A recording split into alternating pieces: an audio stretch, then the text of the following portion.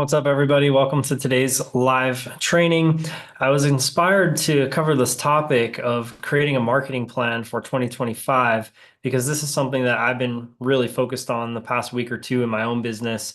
And I've developed a framework to give you like a 1 to 2 page marketing plan that's going to be super easy to execute, super easy to scale, and also easy to really look at the results on a 30 to 90 day basis and kind of make decisions and pivot from there. So to dive in today, I'm going to share from my iPad.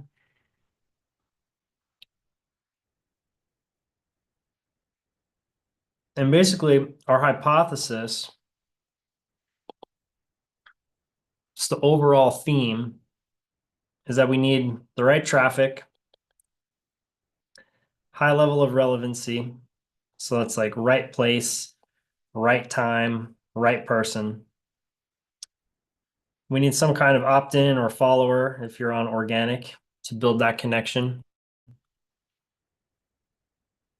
And then from there, we want to make sure that our messaging is dialed, which I'll get into, and we want to be omnipresent.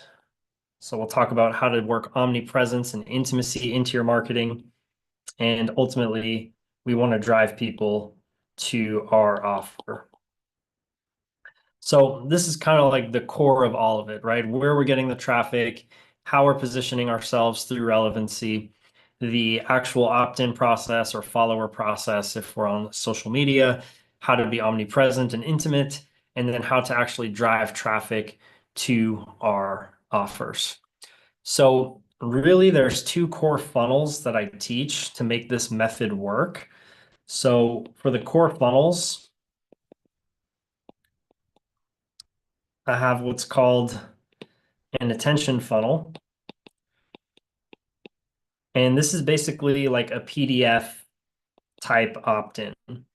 So with this type of funnel, you can have a guide, you can have an ebook, you can have like a 10 to 20 minute training, case study, like a really short, video challenge, like a 3 or 5 day challenge where the videos are like 5 to 10 minutes each.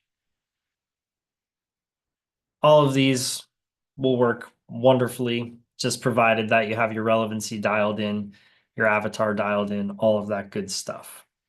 So one core funnel is the attention funnel. We're just basically offering somebody a freebie to make them essentially contextualize who we are and come up with the decision of whether or not they're going to continue to pay attention to us in the future. So really the first sale is just attention. We're trying to win this person's attention, show them that we're relevant to them, show them that we can help solve their problems, and give them a little bit of value to kind of win over that trust and attention over the long term. So the second funnel is a conversion funnel. And you can do a webinar for this. You can do a challenge, like a more in-depth 3 to 5 day challenge where it's like hour-long sessions. You can also do like a master class.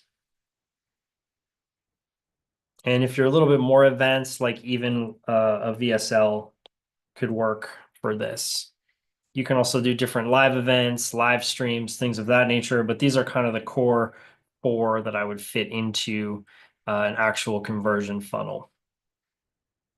Now, once you have the funnels dialed, or like you picked, which lead magnet do I want to run with, and which conversion funnel do I want to run with, just to share with you a little bit more about the back end of the funnel, you want to look into your email marketing. So through this attention funnel, right, we're going to get their email and, maybe you'll get like 50, 60, 70% of people offering their phone number as well. So you can have a text message list. Now through email, there's certain messaging that we want to show people who first opt into our attention funnel. So people really need to see a few different things. So we want anywhere from 8 to 20 emails over 2 to 4 weeks. And some of the key messaging that people need to see to enhance the trust building, see you as an expert, and see you as someone who can help solve their problems, we need to basically show them that we have a process that they can follow to get results. So it's like, here's my proven process to help you sign more clients and scale your agency, things of that nature. If you have a method, a unique method, or frameworks within the context of your process and what you do, those are useful as well. Like I have a how to nail your niche method, for example, or the 7-figure agency method, which is leads, sales, and client retention. So anything you can showcase that's like, hey, I have a process, I have a method, this is going to be super valuable for your avatar. We also want to add value. So this could be trainings that hit on specific pain points or desires or help solve specific problems that they have. We want to share stories, which again comes back to the idea of relevancy. If you really figure out your avatar, your messaging, your positioning, you can start to share stories from your life that are relevant to that person that continue to build up that trust and that likability and credibility as an expert.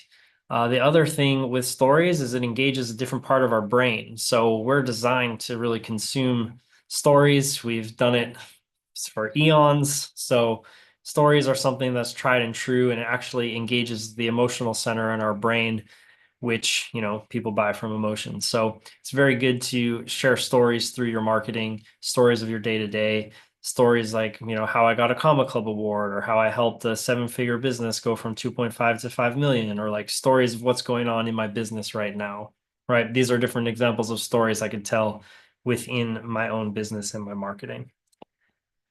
We also want to share results. We want to share client results. That is good later in the sequence because we don't want to lead with that. It just feels like we're trying to sell them and they haven't even really made up their mind if they trust us enough yet to really be worth paying attention to.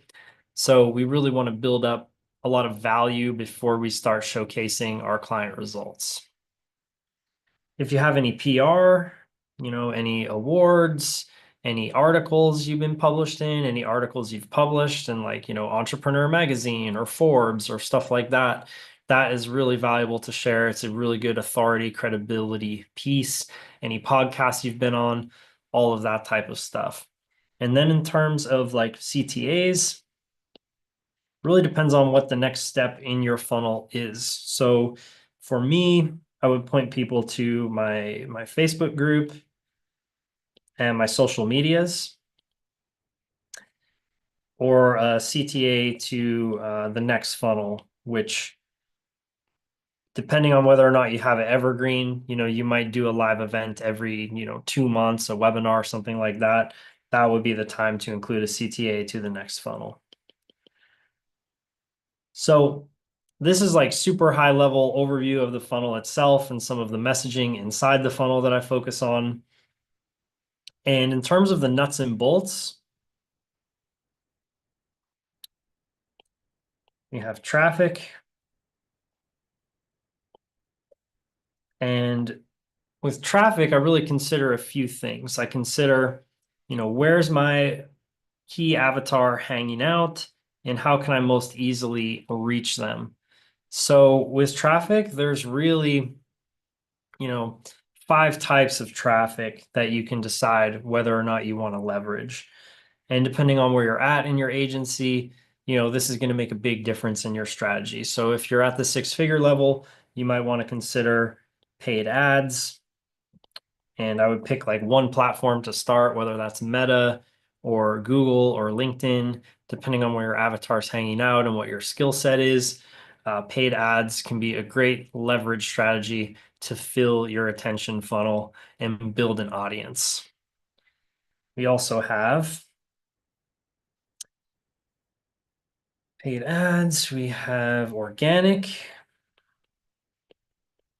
So this is like making connection requests on platforms like LinkedIn or Facebook.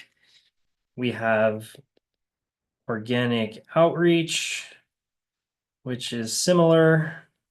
but it also includes stuff like cold email. So, with organic, it's kind of a two-way street. You can send connections or you can have inbound followers. Works both ways. With organic outreach, you're like strictly focused on maybe email, DMs, reaching out to people in Facebook groups, building connection, and ultimately getting people into your audience from there. Partnerships is another option for traffic, which if you're in the early stages of your agency or like you don't have the budget to invest in paid ads right now, partnerships can be a huge leverage strategy to leap forward because you can essentially partner with somebody who's serving the same audience, but maybe offering a different service. So let's say you do lead gen for roofing contractors. You could partner with a software company that does like CRMs for roofing contractors and co-host a webinar with them, and then you get all the leads from that webinar into your world, and you didn't have to pay a dime for ads. So, excuse me, partnerships can be a really great leverage strategy. Takes networking, takes making connections, takes asking around. But if you can nail some solid partnerships, that can be a really good strategy because there's also the transfer of trust from the partner to you. And so that really accelerates the no-like process and warming up the leads in a handover type situation.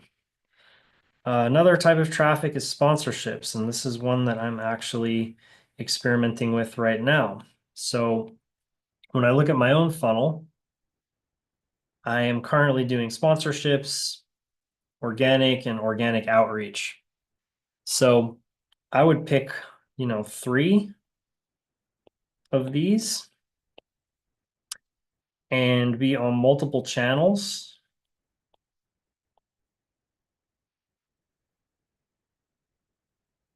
And pick it based on what you enjoy, what's the easiest targeting, and what you're good at. So if you're really good on video, YouTube would be a great platform for you to be on for organic. And if you're really good at networking, then maybe like partnerships and sponsorships is great for you. Or if you're like, hey, I'm really good with sales and direct outreach, then maybe an organic outreach strategy. And then if you have the budget and you want something that's more leveraged, that you're not kind of like grinding it out networking, paid ads is a great option for you. So, to tell you more about what I'm doing with sponsorships right now, I just signed up for a sponsorship for Online Business Owner. It's a platform that's owned by Scott Oldford. And basically, what happens is when somebody opts in who fits my criteria, they have the option to download my lead magnet and a host of other experts who are all sponsors of the Online Business Owner newsletter.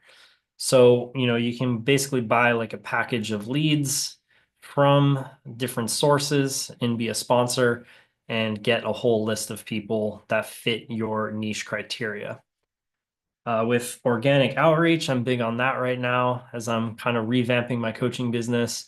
I think organic is the best way to get insights on your audience. It's the best way to build intimacy and fast connections. And then organic content, that can generate some inbound leads, and it can also warm up your existing audience. So I'm all in on these 3. Sponsorships is more to grow my email list, my text list, and then organic is more to grow out my audience on social media. So again, I would pick 3. I would have multiple channels, and I would figure out, which channels do you want to be on? What do you enjoy? What are you good at? Where are your people hanging out? And then pick 3 traffic channels for your marketing. Now, when it comes to the next layer, we have content. And with content, we want to pick, 1 to 2 rented platforms. So this is like traffic you don't own. So this would be like, YouTube subscribers or LinkedIn connections or, Facebook or Instagram followers, stuff like that. So we want 1 to 2 rented and 1 to 2 owned. And so owned platforms could be like a podcast or a blog or an email list or an SMS list, something like that, or like a community or a group. Maybe you have a Facebook group, maybe you have a school group. You definitely want to have like a concentrated group of people that you can more so own the traffic that's there and direct the traffic where you need it to go. And then there's the content types. So people consume content differently. So we want to have a few different types of content. So we can have audio, video, text-based content like regular posts, infographics or graphic posts, stuff like that. And then you could also, make a book if you're further along in your journey and you want to publish a book. Everybody consumes different types of content. For me right now, I am heavy on video, heavy on text, and I'm going to launch a podcast actually. So I'm going on audio as well. So those are my three main content types that I'll be working on. In terms of frequency, you have to kind of ask yourself a few questions, and it depends on what kind of person you are.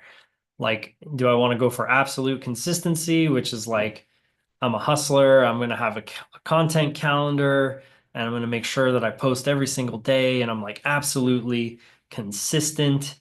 And I like have this calendar that I follow, and I just post on these topics that I say I'm going to post on. Or are you going to be committed? And that's slightly different. So we have committed or consistent. So if you're committed, you're like, okay, I'm gonna not have so much structure. I'm just gonna like post every day. I'm gonna be more intuitive about my content creation and like really speak to what I feel like posting that day. Honestly, I'm more on the committed side. I'm not an absolute consistency guy. I'm consistent, but I'm committed. So basically, what that means is when I wake up in the day, I'm like, what do I want to talk about today? What's inspiring for me to share? What does my audience need to hear right now? What's going to be super relevant to them. And that's really where I create content from. I don't plan things out even a day in advance. I just create that day what inspires me. It's less stressful, flows easier, takes the pressure off of making me a production machine, and just works better for me. So find what works for you. And then there's the notion of like layering intimacy into your marketing. So intimacy is a great way to accelerate the know, like, trust process and build relationships and connections fast. So the main goal of intimacy is building connections and authentic connections. And we do this through conversations. That can be, DMs, one-on-one calls, just basically talking to people. And we can also have intimacy through a community or a group, right, where people get to experience us in a more intimate container. So the goal here is, again, to really build connection, make people feel connected to us, we feel connected to them, and that is just going to help you convert clients so much faster. So that's kind of like the high level overview of how I think about things. And then when it comes to, actual implementation, so basically, when I think about things with, the traffic source, I'll build out a funnel that I'm running out of space here. 1 second. I'll build out a funnel that looks something like this, right? So I'll have, top of funnel, what are my lead sources? So I already said online business owner, sponsor, and then I have LinkedIn sales navigator, which is where I'm making my lead list. And then I have my Facebook connections, right? So these are really my three main lead sources. So all of this comes down to a new lead, basically, once they connect with me. And then I look at the nurture system. So what types of content, what frequency, what platforms. So for me, I'm on YouTube, I'm on Facebook, on Instagram, and I'm on LinkedIn. Those are my main platforms for nurture.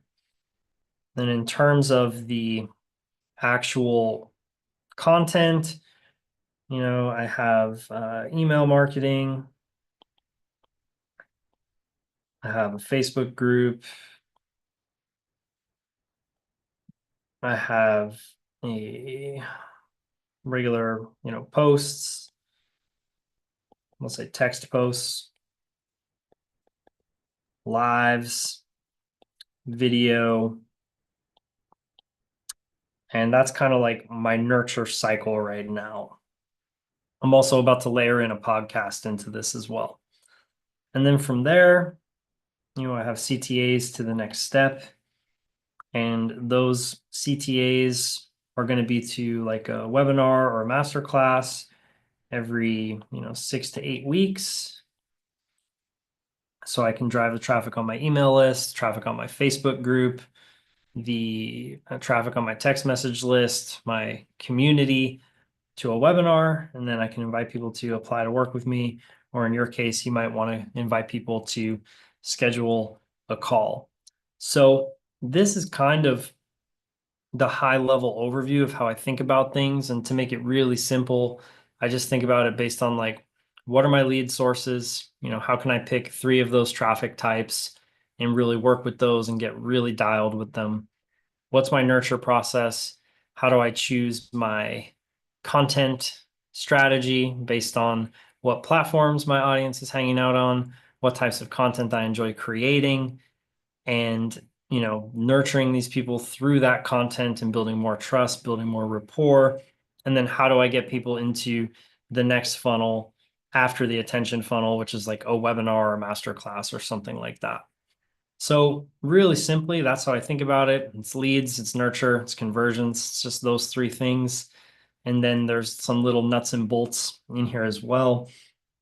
And really to get this super dialed, if you want to get to like 100K a month, then relevancy is going to be everything within this. And that really comes down to what I call AMP. So that's your avatar, your messaging,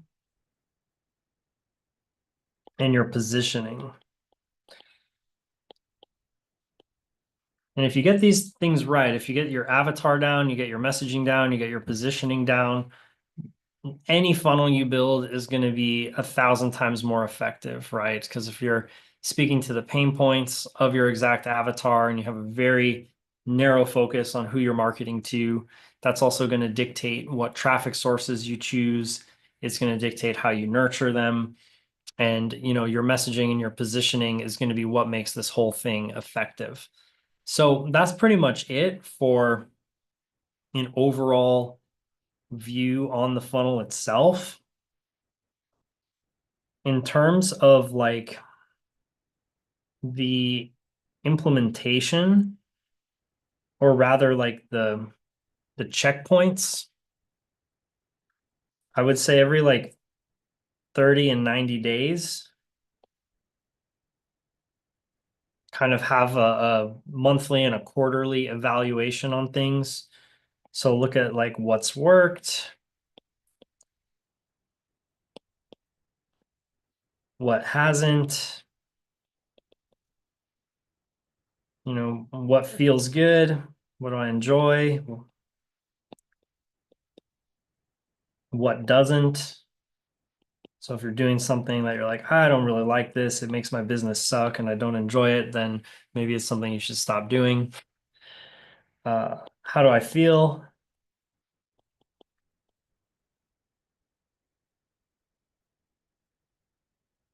Why am I feeling this way?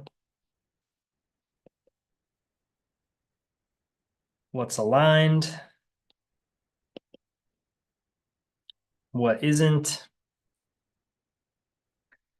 And what would I do differently?